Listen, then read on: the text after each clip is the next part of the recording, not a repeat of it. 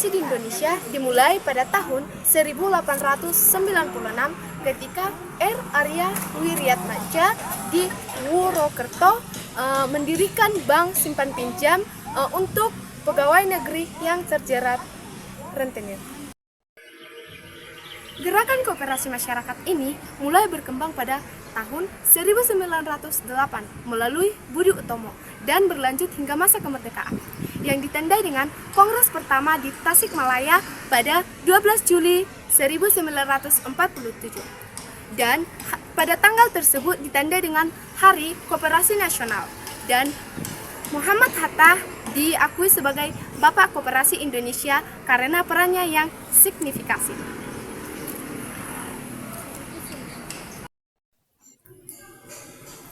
Sebelum periode kemerdekaan Indonesia, tepatnya pada tahun 1896, R. Arya Wiryatmaja berhasil mendirikan sebuah koperasi yang bernama Hook and Spark Bank atau Bank Bantuan dan Simpanan.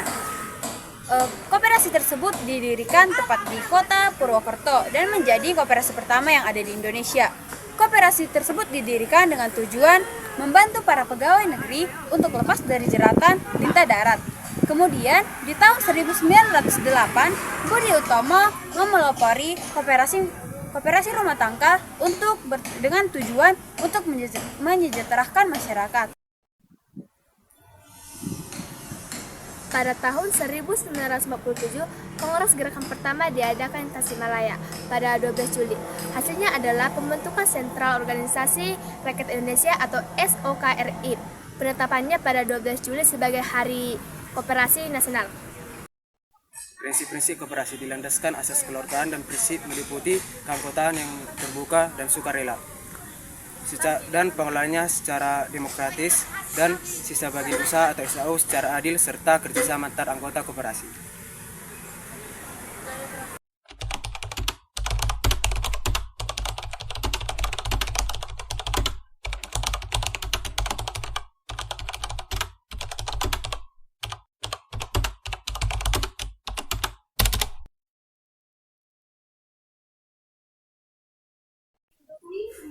Shalom, selamat siang Ibu Guru. Kami dari kelompok 3 ingin melakukan wawancara kepada koperasi Kartika di Kodim. Di sini kami akan mewawancarai Bapak ini. Terlebih dahulu Bapak bisa memperkenalkan diri. Baik, nama saya Praitno, pangkat saya Pelda. Saya bertugas sebagai Komurnikbok di Koperasi Kartika Tapan Utara, Kodim 0210 Tapan Utara. Adapun pertanyaan yang akan kami ajukan kepada Bapak, yang pertama itu, apa nama koperasi dan sejak kapan berdiri? Nama koperasinya yaitu Koperasi Kartika Tapan Utara, didirikan sejak 1968. Yang kedua, apa yang menjadi tujuan awal didirikannya koperasi produsen Kartika ini, Pak? Didirikannya awalnya itu untuk mensejahterakan anggota koperasi ini sendiri.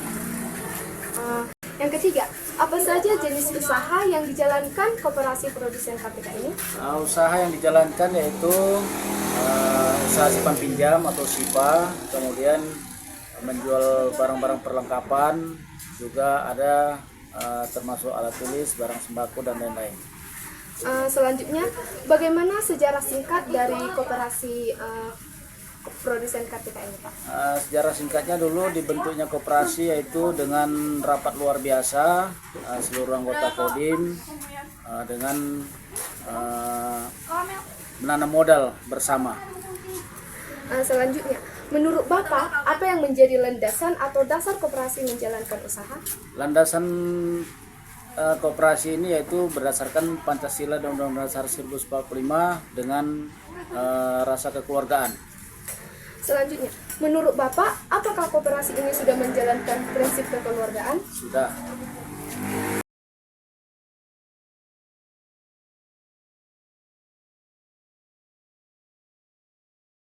Dalam kesejahteraan masyarakat sekitar. Ya, saling membantu dan saling menguntungkan. Selanjutnya, apakah koperasi ini lebih mengutamakan keuntungan atau kesejahteraan masyarakat, Pak? Dua-duanya. Selanjutnya, bagaimana sumber modal koperasi ini? Sumber modal dari seluruh anggota.